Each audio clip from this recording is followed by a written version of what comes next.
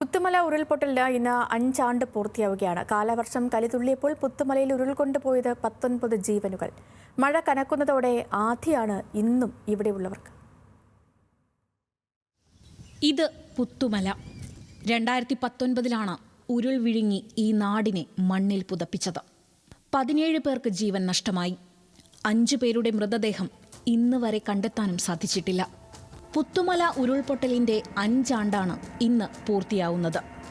10 ദിവസത്തിനു മുമ്പ് തന്നെ തൊട്ടടുത്തുള്ള മുണ്ടക്കൈയെയും ചൂരൽമലയെയും മലവെള്ളം കൊണ്ടുപോയത് യാദൃശ്ചികമാവാം.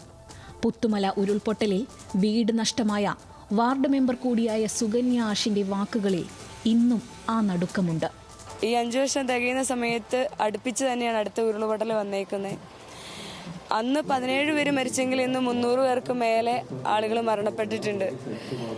ഒത്തിരിയധികം ആളുകളുടെ കണ്ണീരും വേദനയൊക്കെ ഈ സമയത്ത് നമ്മൾ കണ്ടുകൊണ്ടിരിക്കുകയാണ്. എത്രയും പെട്ടെന്ന് ഇവരുടെ പുനരധിവാസം സാധ്യമാകണം. പുത്തുമലയിൽ വീട് നഷ്ടമായ ഇവർക്ക് വീടും സ്ഥലവും നൽകിയത് ചൂരൽമല പള്ളിയാണ്.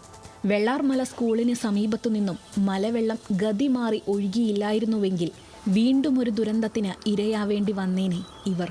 വീടും സ്ഥലവും നഷ്ടമായ ആളുകൾക്ക് പൂതക്കൊല്ലിയിലും പുത്തൂർ വയലിലുമായാണ് വീടുകൾ നിർമ്മിച്ചു നൽകിയത്. എന്നാൽ അവയിൽ പലതും ചോർന്നൊലിക്കുന്ന സാഹചര്യമാണുള്ളത്. മണ്ണിലാണ്ടുപോയ ജീവനുകൾ, മലവെള്ളം കൊണ്ടുപോയ സന്തോഷങ്ങൾ, പറിച്ചു മാറ്റേണ്ടി വന്ന ജീവിതങ്ങൾ, ഓർമ്മകൾ ഇപ്പോഴും ഇരമ്പിയാർക്കുന്നുണ്ട് ഇവർക്ക് മുന്നിൽ. തൊട്ടടുത്ത വാർഡുകൾ കൂടിയായ മുണ്ടക്കൈ, ചൂരൽമല, അട്ടമല വാർഡുകളിൽ കൂടി ദുരന്തം സംഭവിച്ചു കഴിഞ്ഞു. അതെ, വീടുള്ളവർക്ക്, സുരക്ഷിതത്വമുള്ളവർക്ക് മഴ ആസ്വാദ്യകരമാണ്, കവിതയാണ്. പക്ഷേ കൂര ചോരുന്നവർക്കത് ആദിയാണ്. മലവെള്ളപ്പാച്ചിൽ, ഉരുൾപൊട്ടൽ ഭീഷണിയുള്ളവർക്ക് കാലവർഷം തന്നെയാണ്.